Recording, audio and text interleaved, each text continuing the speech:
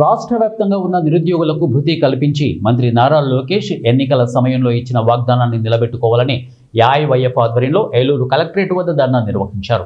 ఈ సందర్భంగా ఏఐవైఎఫ్ జిల్లా కో కన్వీనర్ రాజు మాట్లాడుతూ రాష్ట్ర మంత్రి నారా లోకేష్ నిరుద్యోగులకు ఎన్నికల సమయంలో నిరుద్యోగ భృతి కల్పిస్తారని హామీ ఇచ్చారని, అయితే ఇప్పటి వరకు హామీని నిలబెట్టలేకపోయారని అన్నారు. అంతేకాకుండా రాష్ట్రంలో ఉన్న ఖాళీలను భర్తీ చేయాల్సిన అవసరం ఎంతైనా ఉందన్నారు.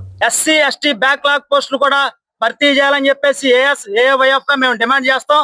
అదే విధంగా విశ్వవిద్యాలయాల్లో ఉన్నటువంటి టీచింగ్, నాన్ టీచింగ్, లెక్చరర్ వీటి పోస్టులు కూడా భర్తీ చేయాలా.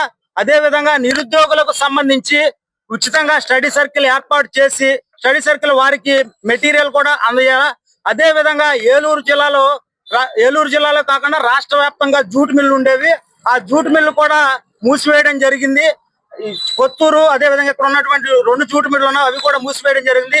ఈ 2 జూట్ మిల్లు కూడా ప్రభుత్వమే టేక్ ఆఫ్ చేసుకుంటే చాలా మంది కార్మికులుగా గానీ నిరుద్యోగులకు గానీ ఉపాధి దొరుకుతుంది. అదే విధంగా ఏలూరు జిల్లాలో చింతలపూడి నియోజకవర్గంలో ఆ రోజు 2014 ఉన్నటువంటి టీడీపీ ప్రభుత్వమే నాణ్యమైన బొగ్గు ఉందని చెప్పేసి ఆ రోజు చెప్పింది. ఇప్పుడు మీరు అధికారంలోకి మళ్ళీ మీరే వచ్చారు. అదే విధంగా ఇప్పుడు ఆ నాణ్యమైన బొగ్గును మీరు వెలికి తీస్తే ఎంతో మంది కార్మికులకు ఉపాధి దొరుకుతుంది. అదే విధంగా నిరుద్యోగులకు 10 నుంచి 15 వేల మందికి నిరుద్యోగులకు కూడా ఉపాధి జరుగుతుందని చెప్తున్నాం. అదే విధంగా ఇప్పుడు జరగబోయే అసెంబ్లీలో నిరుద్యోగుల సమస్యలపై చర్చించి నిరుద్యోగులకు చేయాలని చెప్పేసి మేము కోరుతున్నాం. ఏఐవైఎఫ్ గా డిమాండ్ చేస్తున్నాం. రానున్న రోజుల్లో కూడా వ్యక్తం చేస్తా ఉన్నాం.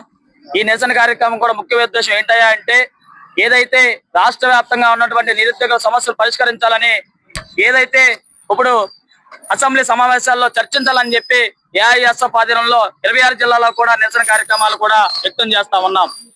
ఇవాళ మరి చూసుకున్నట్లయితే ఎన్డీఏ కుటుంబ ప్రభుత్వం నిరుద్యోగుల్ని గాలికి వదిలేసి ఏది కూడా అసెంబ్లీలో గాని ఏ మంత్రులు గాని ఎక్కడ కూడా చర్చడం కూడా మనం చూసిన దాఖలాలు కూడా లేవు.